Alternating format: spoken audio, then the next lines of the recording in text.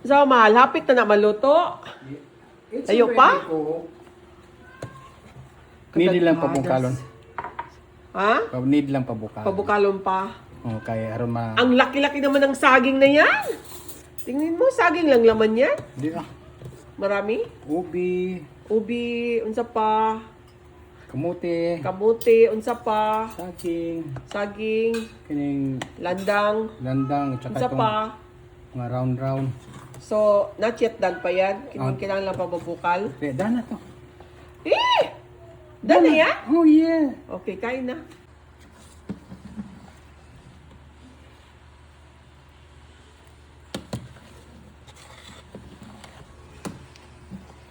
Ang dami naman ito. Pwede na talaga to hanggang Friday. Kakain na ako. Gusto ko yung ganito lang.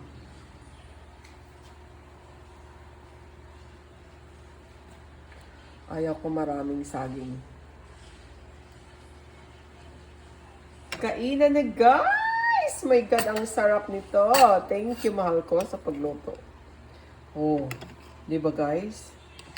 Oh, kain na.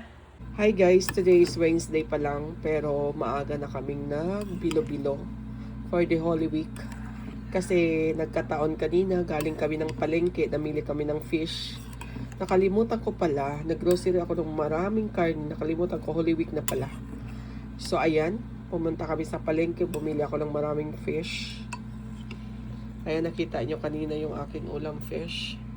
And then sabi ni Daddy yung magbilo-bilo na rin daw kami.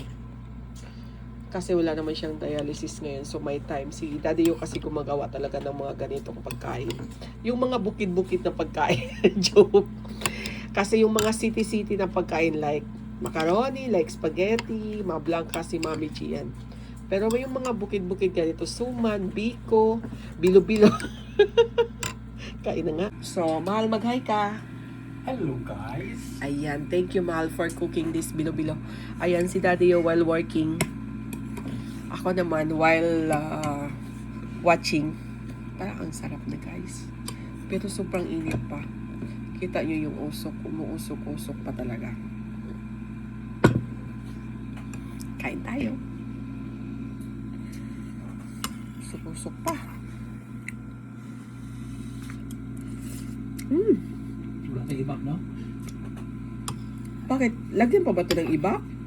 Kung gusto kang lasa, Ang tamis na nga. Dili man condense ibak ba? Ay, o pala. Sunod siya talaga.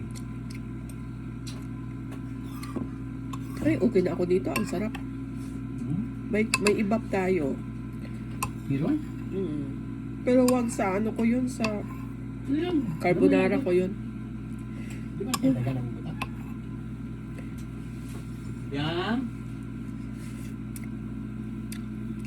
Anong murag mga action na siya puti ba? Bakit? Matamis, no? Diba? Asa daw man? Doon sa cabinet natin yan. So, yung sa mga food, nilalagay sa food.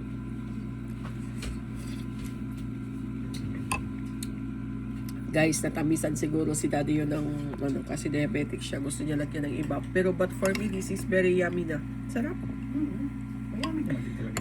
Ba't ang lagyan mo pa? Ang init. Mukha na yan, pero mataka. Hindi ako makabuelo. Ang init pa. Naginip na din. Kaya nga naiba. Gusto ko nang kumain. Sarap niya, guys.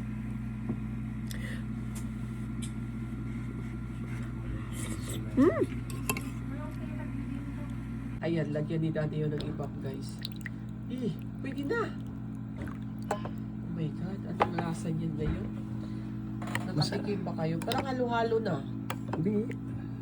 Ganun ang gatas na ibab is pwede yan siya kwanta na. Tingnan mo. Ayan, masarap yan sa'yo kasi bawal ka naman sa matamis masyado. Si diabetic ka, pero I don't think so. Ako lalagay ako. But I will try. Ikaw kaya yan?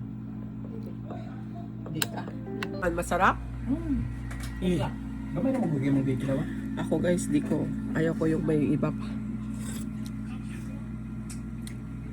Sarap guys.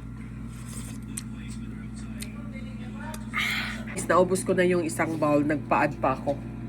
Hindi kaya. Ay, senyor. Ang sarap, guys. Nagpaad pa ako ng kalahati. Sa kwarto kami kumakain ni Daddy. Oh. Ayan, ayan, oh. Ah, sarap, guys. Nagpa-additional pa ako. Ayan. Oh my God. Okay na to. Wala nang hapunan. Ganito na lang kakainin ko hanggang mamaya. Kain tayo. Dami kong nakain. Mainit pa.